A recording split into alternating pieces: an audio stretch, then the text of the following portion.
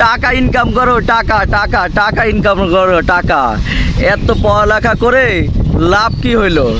যারা দিন রাত 24 ঘন্টা পড়ালেখা, শুধু পড়ালেখাই করতেছে, কিন্তু সর্বশেষ দেখা যায় বিসিএস পরীক্ষা দেওয়ার পরে সে বিসিএসে আর টিকে না। একবার, দুইবার, তিনবার, চারবার, 2 থেকে 3 বার দেওয়ার পরেও সে বিসিএসে আর চান্স পায় না। কারণ হচ্ছে টাকা ইনকাম করে, টাকা দিয়ে প্রশ্নপত্র কিনে সে ইজিভাবে বিসিএস পরীক্ষায় পাশ করতেছে। প্রশ্ন যদি টাকা দিয়ে পাওয়া যায়, যারা সারা দিন রাত পরিশ্রম করতেছে তাদের পড়ালেখা করে লাভ কি? কি সোনারা, বিসিএস পরীক্ষা দিবা না? যাও, দাও।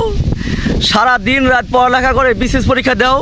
আমি আগেই বলছিলাম বিসিএস পরীক্ষা দিয়ে লাভ নাই। কারণ হচ্ছে এই আবেদ কাক্কু, যে নাকি একটা সামান্য ড্রাইভার, সে তার ডিউটি কি সকালবেলা গাড়িটা পরিষ্কার করবে, গাড়িটা পরিষ্কার করে তার বসকে নিয়ে যাবে, অফিসে যায়, অফিসে নামাই দিয়ে আসবে, তারপরে বাসায় আবার নিয়ে আসবে, চা খাবে, বিড়ি খাবে, ঘুরবে ফিরবে। তার ড্রাইভারের কাজ হচ্ছে তার গাড়ি নিয়ে যাওয়া আসা, ডিউটি করা।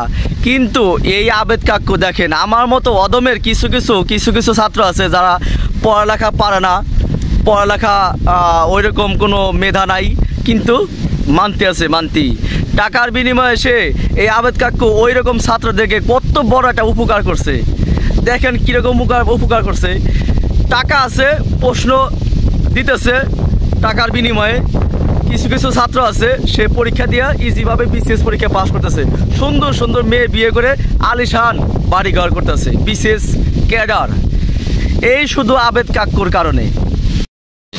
একটা বিষয় শুধু কল্পনা করেন, এই আবেদ কাক্কু, আবেদ আলী কাক্কু, এত সুন্দর দাড়ি, মাথায় টুপি, 5 ওয়াক্ত নামাজ পড়ে, কিন্তু সে কিন্তু ছোট্ট একটু ড্রাইভার। বিসিএস পরীক্ষার মতো প্রশ্ন সে আউট করে। তার মাথার মেধাটা কীরকম সে কাজে লাগাইছে। আর এই বিসিএস পরীক্ষা প্রশ্ন আউট করে সে এই জনগণের মাঝে কত বছর ধরে এগুলো বিক্রি করতেছে টাকার বিনিময়ে। তারপরেও সরকার কিন্তু কিছুই জানে না, কিছুই বুঝতেছে না, কেউ বুঝতে পারতেছে না। সে এত কিছু করতেছে, সে এগুলা করার পরে, সে এইগুলা করে, এই প্রশ্ন আউট করে সে এলাকায় কিনেছে 100 বিঘা জমি, করেছেন ডেয়ারি ফার্ম, বাগান বাড়ি, কুয়াকাটায় করেছেন মেরিনো হোটেল, কুয়াকাটায়। ঢাকায় দুইটি আলিশান বাড়ি, তার 4টি গাড়ি। কিন্তু সে কিন্তু নিজে একজন ড্রাইভার। সে এখনও একজন ড্রাইভার হয়েও তার কিন্তু 4টি নিজের গাড়ি। তাহলে বুঝেন সে 5 ওয়াক্ত নামাজ পড়ে, হাজির মতো দেখতে, নুরানি চেহারা, কত সুন্দর চেহারা তার। আর আজকে তার বর্তমানে এই অবস্থা। এই প্রশ্নপত্র আউট কত দিন ধরে করতেছে, সরকার বুঝতে পারতেছে না। এই প্রশ্নপত্র সাথে যারা থাকে তারা বুঝতে পারতেছে না।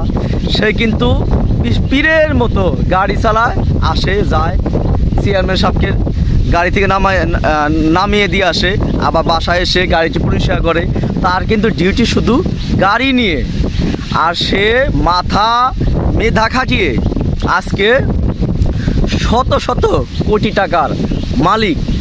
বিষয়টা একটু ভেবেচিন্তে দেখেন।